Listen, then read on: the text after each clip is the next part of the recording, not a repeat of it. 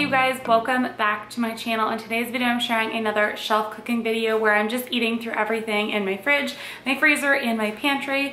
So you will see that I'm using a lot of things up, trying not to buy too much from the store, and making delicious meals. So let's go ahead and get started. For this first dinner, I'm making a sausage and orzo skillet. I love orzo, my kids love orzo, so it's something that we eat quite a bit, but I'm just starting off with 1 pound of some sausage, just chopping that up, and then I'm also gonna be adding in some onion. I do really love to add purple onion when I'm doing sausage and orzo together. I don't know what it is, I just really love the purple onion in there, so I'm just gonna cook all of this up together. When my meat was about halfway done cooking, that's when I'm adding in my bell peppers. I had an orange, yellow, and a red bell pepper, just adding those in there, and I'm just gonna cook this all together. It probably took about 5 minutes from this point until those peppers were soft and my meat was all cooked. And then during the last couple minutes of cooking time, I just added in some garlic, stir that in there, let it cook for a couple of minutes. Now for the sauce in this dish, I'm just adding in 1 can of Italian petite diced tomatoes. They are my favorite, giving those a quick stir. And then into a separate pot, I'm just getting my orzo ready. I did about half a box. Make sure to salt your water. Use a bigger pot than I did because I did have to switch pots here. I don't know what I was thinking, but you're gonna wanna boil about half a box of orzo pasta, get that drained off, and then you're gonna add that right into your sauce mixture. And then I season this very heavily with salt, pepper, paprika. You can really add whatever seasonings you want here. I like to add in some parsley along with some lemon juice. If you have fresh lemon juice, that's even better. And then you're just gonna mix all of this together. You're really just gonna want to play around with your seasonings and add however much you like. I do like to go heavier on the paprika and the salt and the lemon, and it just comes out so delicious every time. For this next dinner, I'm making a chicken enchilada soup, and this was my favorite enchilada soup that I have personally ever made. I'm making it in the Instant Pot, and I'm starting off with about 2 large frozen chicken breasts. I'm also adding in a chopped up onion. You're gonna want some bell pepper in there, so I had frozen some in my freezer, so I just dumped the equivalent of 1 bell pepper in there.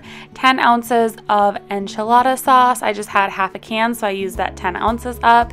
Black beans, and then you're also going to want a 28-ounce can of crushed tomatoes along with a big scoop of minced garlic. For seasonings, I just did 1 tablespoon of chili powder, a teaspoon of ground cumin, a teaspoon of salt, and then I just did pepper to taste, probably like a 1/4 teaspoon or 1/2 teaspoon. I almost forgot to add in my can of corn in there, and then I'm just adding in almost a full carton of chicken broth. It really is just going to depend on how thin you want your soup to be. I would say you're going to want to add 3 to 4 cups of chicken broth, just depending on your preference. And then you're just going to pressure cook this for about 25 to 30 minutes, or if you do it in the slow cooker, you're going to want to cook it on high for about 4 hours. You just want to make sure that your internal temperature of your chicken gets up to 165 degrees. Once you hit that point, you're good to go. I put mine in initially for 25 minutes, and then I had to put it in for about 5 more minutes. Mine were very large chicken breasts too, so that makes a difference. And then I just chopped up my chicken. You can also shred it if you want to, but I do prefer chopped chicken recipes like this, so that's what I chose to do. And then I just added in probably about half a cup of sour cream. I dumped my chicken back in there. I did add a little bit more salt and pepper to taste here, but this one was absolutely delicious. I've tried a lot of different chicken enchilada soup recipes, and this was by far our family's favorite. It's super simple. You probably have everything in your pantry, and it was so delicious. For this next dinner, I'm sharing our all-time favorite beef stroganoff recipe. I have made this well over 20 times in our house. It's just such a crowd pleaser. Our whole family loves this one. So I'm starting off with 1 pound of some lean ground beef, and I'm adding in 1 chopped onion, and then I'm just gonna cook all of this together in my Dutch oven pot. Just cook it until the ground beef is done and your onions are nice and soft. Then I'm just going to add in about 1 tablespoon of some minced garlic, let that cook for another minute or 2, and then I'm also going to add in my mushrooms at this point. You can add fresh mushrooms if you want to, and you would want to cook them a little bit earlier than this, but since these are canned, I'm just warming them up for a couple of minutes with that garlic, and then I'm adding in 4 cups of beef broth here. I'm also adding in a tablespoon of Worcestershire sauce. I feel like I can never say that word, but go ahead and add that in there. A teaspoon of salt, half a teaspoon of black pepper, and then you're just gonna bring this to a light boil, and then you're gonna add in your pasta. So we're just gonna add in some wide egg noodles. I like to do about 4 heaping cups. You can do a little bit more, a little bit less, just depending on how many mushrooms you add. I usually will only add in 1 can just because my husband does not like mushrooms. So I add a little bit more pasta just to kind of make up for that, because this is a 1-pot dish. You want all of that sauce to absorb. After the noodles are done cooking, I would say mine take about 12 minutes. And then you're gonna add in 1/4 cup of cream cheese and a 1/4 cup of sour cream. I am just eyeballing it. Stir all of this together. At this point, your heat should be off because you don't want to curdle any of your creams. Just mix that together. I like to add a little bit of dill in there, which is something I recently started doing, and it is so good. I probably do like 1/8 a teaspoon of dill, but it is absolutely delicious. Great 1-pot meal for a quick and easy weeknight. For this next dinner, I am making a cheeseburger pizza. Now this is something new and totally experimental, but it turned out so good. I will definitely be making it again in the future.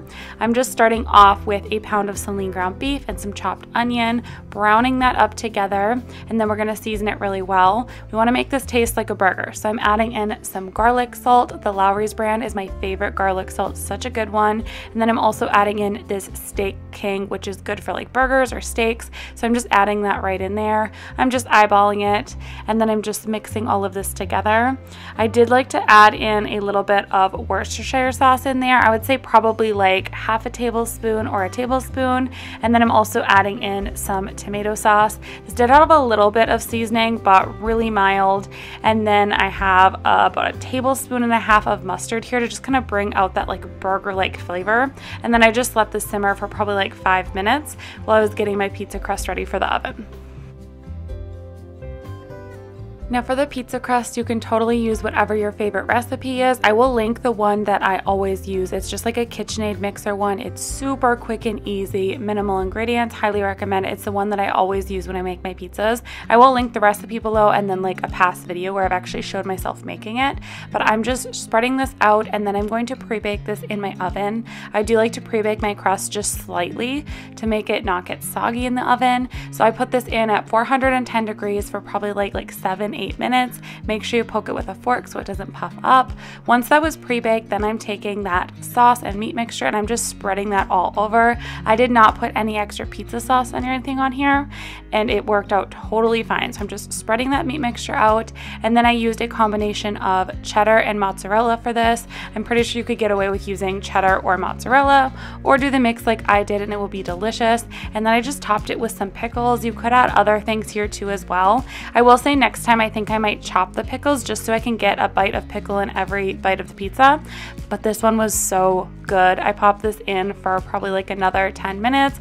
Once it came out, I did a little garlic salt mixed with butter and brushed that around the edges of the crust, and it is so delicious that way. If you never do that with your pizza, definitely give that one a try. Pretty much do it with all of our pizzas. This pizza was delicious. Definitely recommend giving it a try. It will definitely be added into our pizza rotation that we do pretty frequently, so definitely a yummy one. Alright you guys, that is going to wrap up today's video. I really hope you enjoyed all of these shelf cooking recipes. I will be sharing a lot more of these videos on my channel as we are just trying to use up everything in our house before we buy new, especially with rising grocery prices. So make sure you're subscribed if you don't want to miss out, and I will see you all in my next video. Thanks so much for watching. Bye.